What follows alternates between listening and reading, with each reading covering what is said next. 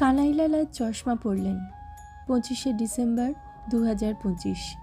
স্বাধীনতার পর বহুদিন কেটে গেল, কেউ চশমা পরিয়ে দেননি। কিন্তু তার জীবনের গল্প থেকে জানা যায়, ফাঁসির সময় তার অনুরোধ, চশমাটা খুলে নিও না, ওটা ছাড়া অসুবিধে হয়। বিপ্লবী তীর্থ চন্দননগরের ভূমিপুত্র কানাইলাল দত্ত কোনো অ্যাপিল না করে মাত্র 20 বছর বয়সে হাসতে হাসতে ফাঁসির দড়ি গলায় পড়েছিলেন। পৃথিবীর ইতিহাসে একমাত্র উদাহরণ। রাজার আশ্রয়ে রাজসাক্ষী নরেন গোসাইকে গুলি করেছিলেন তিনি। তার শেষ যাত্রায় দেশীয় শ্বেতাঙ্গ নির্বিশেষে সকল মানুষ জানিয়েছিল শ্রদ্ধার্ঘ্য।